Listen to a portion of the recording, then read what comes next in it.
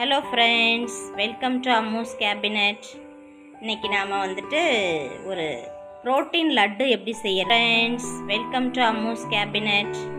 இன்றைக்கி நாம் வந்துட்டு ஒரு ப்ரோட்டீன் லட்டு எப்படி செய்கிறது அப்படின்னு சொல்லிட்டு பார்க்க போகிறோம். இப்போ இதுக்கு தேவையான இன்க்ரீடியன்ஸ்லாம் ஃபஸ்ட்டு பார்த்துடலாம். இப்போ இதுக்கு மெயினான இன்க்ரீடியண்ட்டே வந்து கருப்பு உளுந்து. எல்லாமே ஈக்குவலாக எடுத்துக்க போகிறோம். இப்போது அதனால தான் எல்லாமே ஒரே மாதிரி கப்பாக வச்சுருக்கேன். நான் கருப்பு உளுந்து 1 கப்பு, பச்சைப்பயிறு 1 கப்பு, தட்டைப்பயிறு 1 கப்பு, பொட்டுக்கடலை 1 கப்பு, ராகி 1 கப்பு, முந்திரி பருப்பு 1 கப்பு, கருப்பு கவுனி அரிசி 1 கப்பு, வேர்க்கடலை வந்து தோல் எடுத்தது 1 கப்பு, அதே மாதிரி பாதாம் 1 கப்பு, பிஸ்தா 1 கப்பு, ஏலக்காய் ஒரு 6-7 போட்டுக்கலாம். 6 போட்டிருக்கேன் நான். சுப்பு கொஞ்சம், சுப்பு வந்து பாருங்கள் இந்த அளவுக்கு போட்டுக்கலாம் போதும். இது டைஜஷனுக்குலாம் நல்லாயிருக்கும். அடுத்து பார்த்திங்கன்னா ஒரு பிஞ்ச் உப்பு. நம்ம எந்த பொருள் செஞ்சாலுமே ஒரு ஸ்பூன் கிடையாது, ஒரு 2 பிஞ்ச் அளவுக்கு சால்ட்டு. அடுத்தது பாதாம் பருப்பு 1 கப்பு.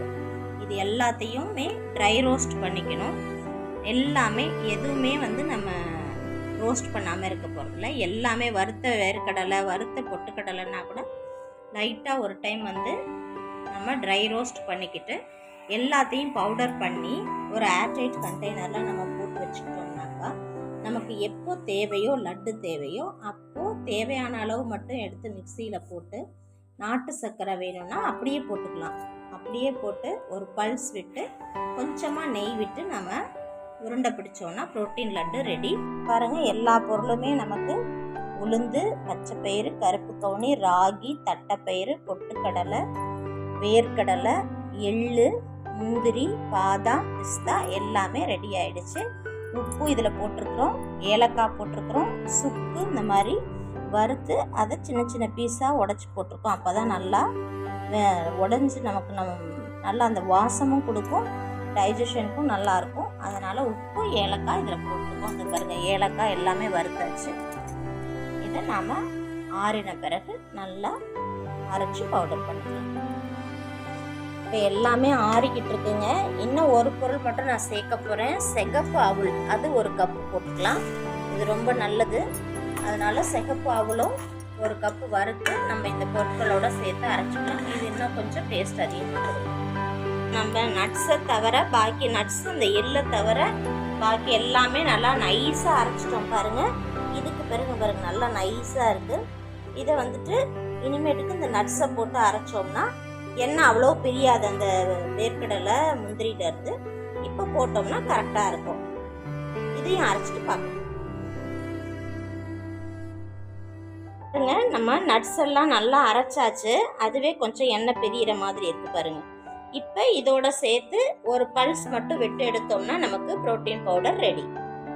ஃப்ரெண்ட்ஸ், இப்போ பாருங்கள், இப்போ நம்மளோட ப்ரோட்டீன் பவுடருக்குரிய மாவு ரெடி ஆயிடுச்சு. இப்போ இதை நீங்கள் இப்படி பிடிச்சிங்கன்னாலே உங்களோட பொடியில் இருக்கும். இந்த மாதிரி இருந்துச்சுன்னா ஓகே. நல்லா ஆறின பிறகு நீங்கள் ஸ்டோர் பண்ணி வச்சுக்கலாம். இப்போ இதை எப்படி நம்ம உருண்டை பிடிக்கலாம் அப்படின்னு பார்த்துடலாம். இப்போ பார்த்தீங்கன்னா நான் இப்போ இதால் உங்களுக்கு எவ்வளவு தேவையோ ஒரு 5 உருண்டை 10 உருண்டை வேணும்னாக்கா இதை எடுத்து நம்ம மிக்ஸி ஜாரில் போட்டுக்கலாம்.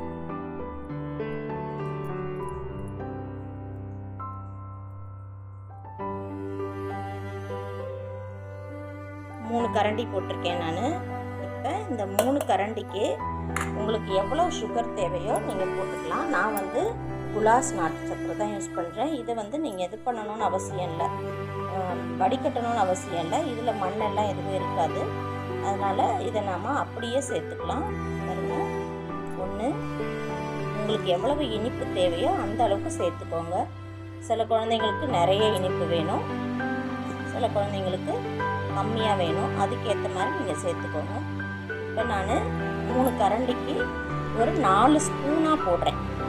அப்படி இல்லைன்னா நீங்கள் அந்த கரண்டியாலேயே ஒரு கரண்டி போட்டுக்கிட்டிங்கன்னா சரியாக இருக்கும். ஆல்ரெடி வந்து உப்பு நமக்கு தேவையான அளவு கொஞ்சமாக போட்டிருக்கோம். இதை வந்து அதிகமாக அரைக்கக்கூடாது, ஒரு பல்ஸ் அவ்வளோதான் விட்டு நெய்யை உருக்கிட்டு அதில் நாம் ஒரு தடவை கிண்டி நம்ம பிடிச்சிட வேண்டியதான். நெய் நிறைய விட வேண்டாம், இதுலேயே எண்ணெய் பிரிஞ்சு வர மாதிரி இருக்கிறதுனால நெய் நிறைய தேவையில்லை. ஒரு வாசத்துக்காக கொஞ்சமாக விட்டால் போதும். இப்போ அதை நான் ஒரு பல்ஸ் விட்டு எடுத்துக்கிறேன். இப்போ பாருங்கள், நான் சர்க்கரை போட்டு நல்லா அரைச்சிட்டேன். நல்லா பதமாக இருக்குது மாவு. இந்த டைமில் நீங்கள் வந்து சுகர் வந்து கொஞ்சம் டேஸ்ட் பார்த்துக்கோங்க. இனிப்பு இன்னும் போடுற மாதிரி இருந்தால் பரவாயில்ல. எனக்கு நான் 3 கரண்டிக்கு 4 ஸ்பூன் போட்டேன். இன்னும் கொஞ்சம் பத்தாத மாதிரி இருந்துச்சு, அப்புறம் 1 ஸ்பூன் போட்டுக்கிட்டேன்.